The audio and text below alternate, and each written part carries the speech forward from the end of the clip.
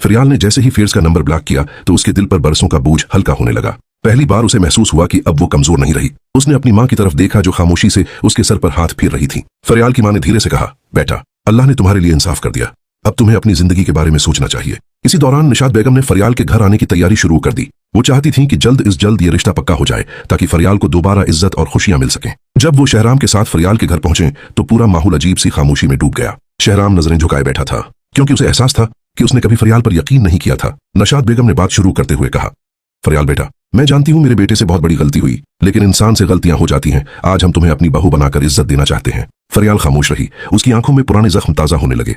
उसे वो दिन याद आने लगा जब सबने उसे मुजरिम समझ लिया था और कोई उसके साथ खड़ा नहीं हुआ था। शहराम ने हिम्मत करके कहा, फरियाल, मैं जानता हूं मैं माफी के काबिल नहीं, लेकिन मैं सच में अपनी गलती पर शर्मिंदा हूं। अगर तुम मुझे एक मौका दो तो मैं सारी जिंदगी तुम्हारा एतमाद वापस जीतने की कोशिश करूंगा। फरियाल कुछ बोलने ही वाली थी कि अचानक दरवाजा जोर से खुला। सबने हैरत से देखा तो सामने जीनिया खड़ी थी। उसकी आंखों में गुस्सा साफ दिखाई दे रहा था। वो चीखते हुए बोली, ये शादी कभी नहीं होगी। फरियाल सिर्फ दिखावा कर रही है। उसने मेरा घर बर्बाद किया है और अब मेरी जगह लेने आई है। निशात बेगम गुस्से से खड़ी हो गई और कहा, बस करो जीनिया, तुमने पहले ही बहुत जुल्म किए हैं, अब फरियाल की जिंदगी से दूर रहो। लेकिन जीनिया हुंसने लगी और बोली, आप सबको लगता है मैं हार गई हूं, असल खेल तो अब शुरू होगा। ये कहकर जीनिया वहां से चली गई, मगर जाते जाते उसकी बातों ने सबके दिलों में खौफ पैदा कर दिया। फरियाल को महसूस होने लगा कि जीनिया अभी भी कोई नई साजिश करने वाली है, जबकि शहराम ने दिल ही दिल में फैसला कर लिया कि अब चाहे कुछ भी हो जाए वो हर हाल में फरियाल का साथ देगा। जीनिया के जाने के बाद पूरे घर में खामोशी छा गई। फरियाल के दिल में अजीब सा खौफ बैठ गया था। उसे अच्छी तरह मालूम था कि ज़ेनिया इतनी आसानी से हार मानने वाली नहीं। दूसरी तरफ शहराम पहली बार पूरी संजीदगी से फरियाल की हिफाजत के बारे में सोच रहा था। उसे अपनी माजी की गलतियों पर शदीद अफसोस होने लगा था। निशात बेगम ने माहौल को संभालते हुए कहा, बेटा फरियाल, तुम परेशान मत हो, अब हम सब तुम्हारे साथ हैं। ज़ेनिया चाहे जितनी कोशिश कर ले, वो तुम्हें नुकसान नहीं पहुंचा सकेगी। फरियाल ने धीरे से जवाब दिया, आंटी, मुझे किसी से डर नहीं लगता, लेकिन अब मैं दोबारा अपनी इज्जत पर कोई दाग नहीं लगने देना चाहती। ये सुनकर शहराम ने वादा करते हुए कहा, उस बार मैं तुम्हें अकेला नहीं छोड़ूंगा। इधर ज़ेनिया गुस्से में अपनी मां सीरत के घर वापस पहुंची। उसने कमरे में जाते ही चीजें फेंकना शुरू कर दें। सीरत ने उसे रोकने की कोशिश की, मगर ज़ेनिया पागलों की तरह चीख रही थी, फरियाल मेरी जगह नहीं ले सकती। शहराम सिर्फ मेरा है। इसी दौरान ज़ेनिया के फोन पर एक नामालूम नंबर से कॉल आई। ज़ेनिया ने कॉल उठाई तो दूसरी तरफ एक शख्स बोला, अगर तुम वाकई फरियाल को हमेशा के लिए रास्ते से हटाना चाहती हो तो मेरे पास एक ऐसा प्लान है जिससे वो कभी भी। ज़ेनिया की आंखों में चमक आ गई। उसने फौरन पूछा, कौन हो तुम? वो शख्स हंसते हुए बोला, मैं तुम्हारा दुश्मन नहीं, दोस्त हूं, बस तुम्हें वो करना होगा जो मैं कहूंगा। ज़ेनिया कुछ लम्हे खामोश रही, फिर उसके चेहरे पर खतरनाक मुस्कुराहट फैल गई।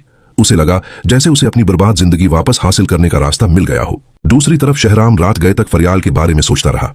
उसे एहसास होने लगा था कि वो शुरू से ही फरियाल की मोहब्बत और सच्चाई को समझ नहीं पाया।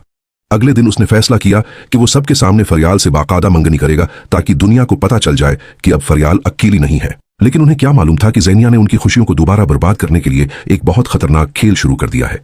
अगले दिन शहराम ने बहुत धूमधाम से फरियाल की मंगनी की तैयारी शुरू कर दी। निशात बेगम भी बेहद खुश थीं क्योंकि उन्हें लग रहा था कि आखिरकार उनके घर में सुकून वापस आ जाएगा। फरियाल अगरचा खामोश थी, लेकिन उसके दिल में एक अजीब बेचैनी मौजूद थी। ज़ेनिया की आखिरी बातें बार बार उसके जहन में गूंज रही थीं। मंगनी की तकरीब शुरू हुई तो सब मेहमान फरियाल और शहराम को दुआएं देने लगे।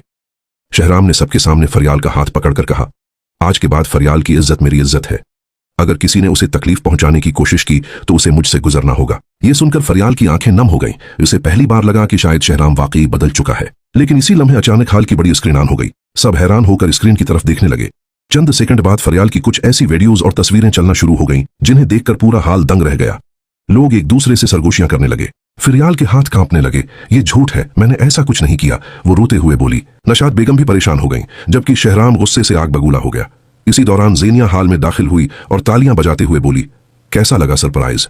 अब सबको पता चल गया ना कि फरियाल कितनी मासूम है। फरियाल रोते हुए कहने लगी, ये सब झूठ है, किसी ने मुझे फंसाया है। ज़ेनिया तंजिया हंसी के साथ बोली, सबूत तो सबके सामने हैं, अब देखते हैं शहराम तुम इस लड़की से शादी कैसे करते हो। पूरा हाल खामोश हो गया।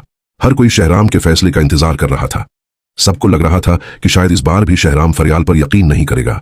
लेकिन अचानक शहराम ने गुस्से में स्क्रीन बंद कर दी और ज़ेनिया के करीब जाकर कहा, बस बहुत हो गया, मैं तुम्हारी हर चाल समझ चुका हूं। ये सब तुमने किया है ना? ज़ेनिया एक लम्हे के लिए घबरा गई, मगर फिर बोली, तुम्हारे पास क्या सबूत है?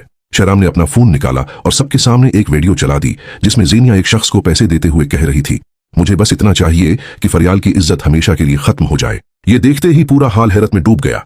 सीरत के हाथ से पानी का गुलास गिर गया, जबकि ज़ेनिया के चेहरे का रंग उड़ चुका था। निशात बेगम गुस्से से बोले, तुम इतनी गिर सकती हो ज़ेनिया? शहराम ने सख्त लहजे में कहा, आज के बाद तुम्हारा हमसे कोई ताल्लुक नहीं। अगर दोबारा फरियाल की जिंदगी में आने की कोशिश की तो मैं खुद तुम्हें जेल भजवा दूंगा। ज़ेनिया सबके सामने जलील हो चुकी थी। वो गुस्से और बेबसी में रोती हुई हाल से बाहर निकल गई, जबकि फरियाल पहली बार सुकून से सांस लेने लगी।